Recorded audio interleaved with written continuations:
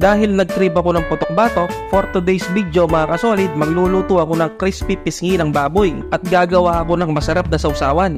At eto na nga yung nabili kong napakatabang pisngi, tapos nilagay ko lang sa pressure cooker, naglagay lang ako ng luya, tapos lalagyan ko ng lemongrass, sinabay ko yung sibuyas. Tapos maglalagay din ako ng asin at pamintang buo. Yan, at dahil kumpleto na ang mga nilagay ko pampalasa, papakuluan ko lang to, siguro bibigyan ko ng kalahating oras para siguradong malambot. At pagkatapos lumambot mga kasolid, pinalamig ko na rin, tapos iiwain ko lang muna para hindi ako mahirapan mag-slice mamaya dahil sobrang lutong nito. At pagkatapos iwain, nag-ready na rin ako ng mainit na mantika, tapos isasalang ko na ang first fry mga kasolid. Mag-ingat lang kayo pag nagsasalang dahil sobrang nanlalaban ito. Siguradong matatalsikan kayo kapag hindi kayo nag-ingat mga kasolid. At pagkalipas ng ilang minuto, eto na yung itsura niya mga solid. Pero hindi pa luto ito, papalamigin ko lang tapos ise-second fry ko mamaya. At syempre, gagawa na rin ako ng masarap na sausawan. Pinagsama ko na nga pala ang pula at puting sibuyas, tapos naglagay ako ng maraming sili dahil ito ang magpapasarap mga kasolid. Tapos lalagyan ko rin ng bawang, asukal, tapos maglalagay din ako ng paminta. Tapos isusunod ko na rin ng asin, tansya-tansya lang to mga solid. At maglalagay na rin ako ng suka. Tapos halu-haluin lang para magsama-sama yung mga nilagay kong ingredients. Sobrang napakasarap nito mga kasolid. At pagkatapos ng ilang minutong pagpapalamig, magsi-second fry na ako para mas lalo siyang maging malutong. At kapag sinubukan nyo nga palang kitry itong recipe na to, mag-ingat lang kayo mga kasolid, sobrang napakainit na mantika. Syempre luto na, titiray na natin to.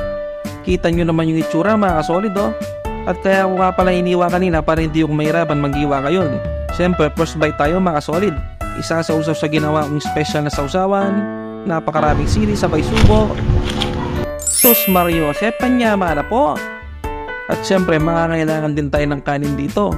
Ternong terno talaga sa kanin to mga solid. Sobrang napaka-juicy at sobrang napakalutong dahil nag-second fry tayo mga solid. Grabe, sobrang naglalaway ako habang nag-i-edit ako ngayon.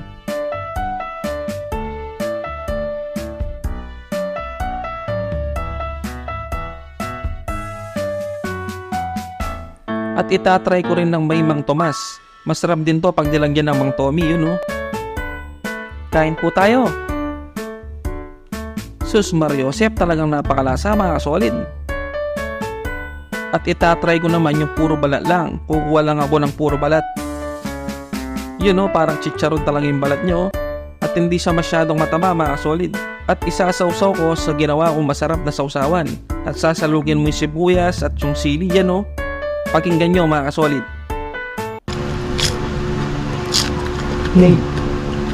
Sobrang ang sarap mga kasolid. I-try nyo na ang recipe to. At kung nagustuhan nyo ang video to mga kasolid, huwag nyo kalimutan mag-subscribe sa YouTube, mag-follow sa TikTok at mag-follow sa Facebook. Maraming salamat sa inyong lahat mga kasolid. Para sa inyo ang subong to. You know.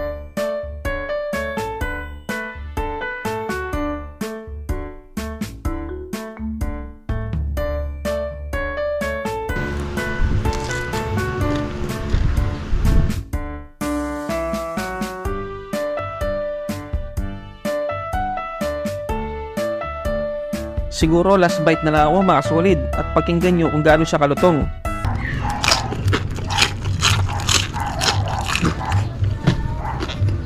At syempre sasabayan mo ng malamig na Coca-Cola.